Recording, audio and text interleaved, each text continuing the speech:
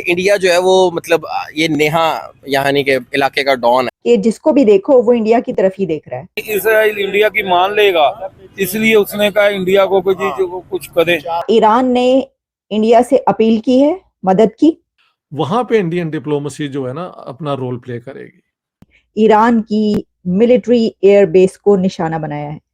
बड़ी बात सामने ये आ रही है कि जो ईरान है उसने इंडिया से अपील की है कि मदद की जाए, और इसमें ईरानियन एनवॉय ने इंडिया से एक इंटरव्यू देते हुए उन्होंने एचटी को एक इंटरव्यू दिया जिसमें ईरानियन एनवॉय का ये कहना था कि इंडिया ईरान की मदद कर सकता है, कि इंडिया इस वॉर सिचुएशन को डिफ्यूज करने के लिए की रोल प्ले कर सकता है। ये कहना था ईरानियन एनवॉय का, क्योंकि इंडिया के बहुत अच्छे रिलेशनशिप इजराइल के साथ हैं और ईरान ये कह रहा है कि इंडिया के हमारे साथ भी बड़े अच्छे रिलेशंस हैं।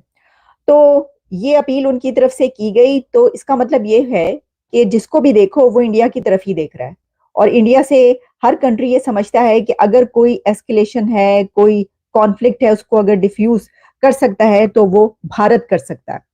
और उसकी वजह आप जानते हैं कि भारत की फॉरेन पॉलिसी, वहां की बेहतरीन फॉरेन पॉलिसी, नॉन अलाइनमेंट की मूवमेंट, सबसे बेहतर ताल्लुकात।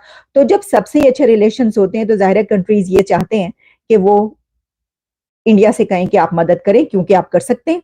जो कंट्री बीच में ऐसा नजर आता है जिसके सबसे रिलेशंस होते हैं, जैसे कि रशिया और यूक्रेन वॉर के दौरान भी यही हुआ है कि उस वक्त भी इंडिया की तरफ देखा जा रहा था कि इंडिया की जो सिफारतकारी थी वो यूक्रेन से भी चल रही थी और वो रशिया से भी चल रही थी। रशिया से भी इंडिया ऑयल ले रहा था, तो ये बात कही जा रही थी अगर इसमें कोई बीच बचाव करवा सकता है तो वो ये है, इंडिया है। तो इस वक्त भी जो है यही बात की जा रही है।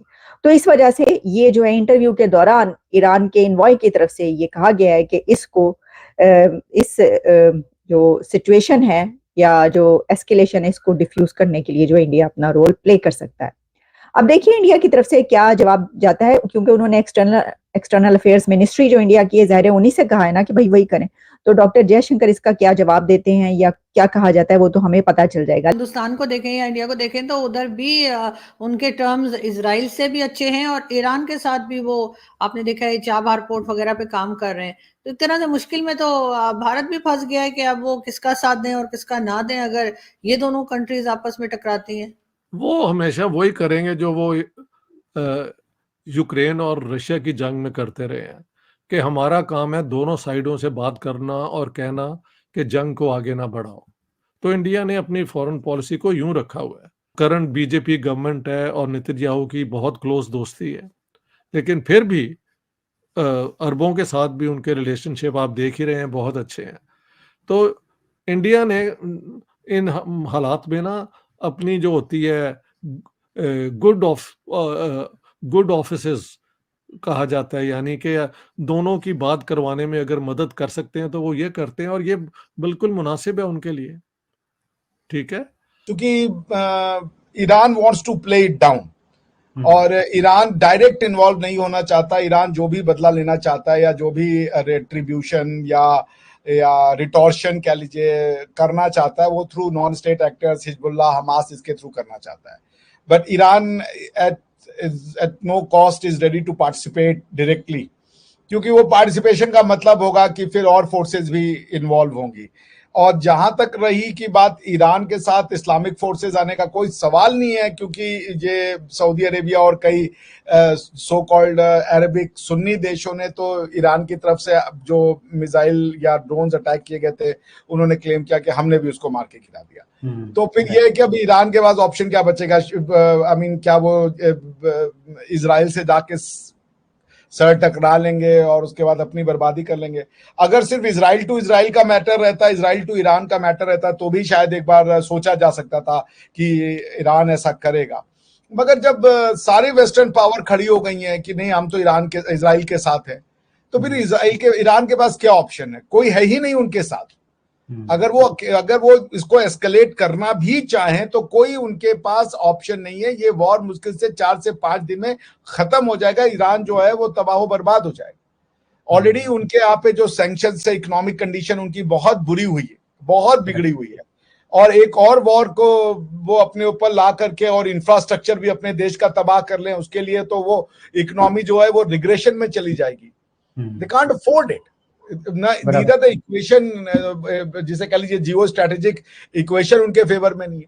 The only country which can perhaps think of coming together with Iran is Pakistan on the basis of Islamic brotherhood. But वो करेंगे क्या? वो शिया मुल्क है, वो सुन्नी मुल्क है, वो भी नहीं करेंगे. पाकिस्तान, वो दोनों ही आपस में लड़ रहे थे कुछ दिनों पहले. हाँ, जैसे अदल पे जब अटैक हुआ था, बिल्कुल सही है ना. तो पॉइंट ये सो कॉल्ड एक उसमें जो न्यूक्लियर एसेट तो खाली है और खाली पाकिस्तान के पास है, वो क्यों चुप बैठे हैं? इससे तो तीन मिथ बस्ट हो गए. एक तो ये ओआईसी का मिथ बस्ट हो गया कि जैसे नाटो है कि किसी भी नाटो कंट्री के ऊपर अटैक जो है वो माना जाएगा, नाटो मिल के अटैक करेगी. ठीक. अच्छा, मजे की बात है कि नाटो में टर्की भी है. बड़े मजे की बात यह है. तो यानी कि अगर मान लीजिए इजराइल के ऊपर, इजराइल ईरान पे अटैक करता है, ईरान जो है उसके अटैक में इजराइल के साथ साथ अमेरिका के ऊपर भी अटैक कर दे.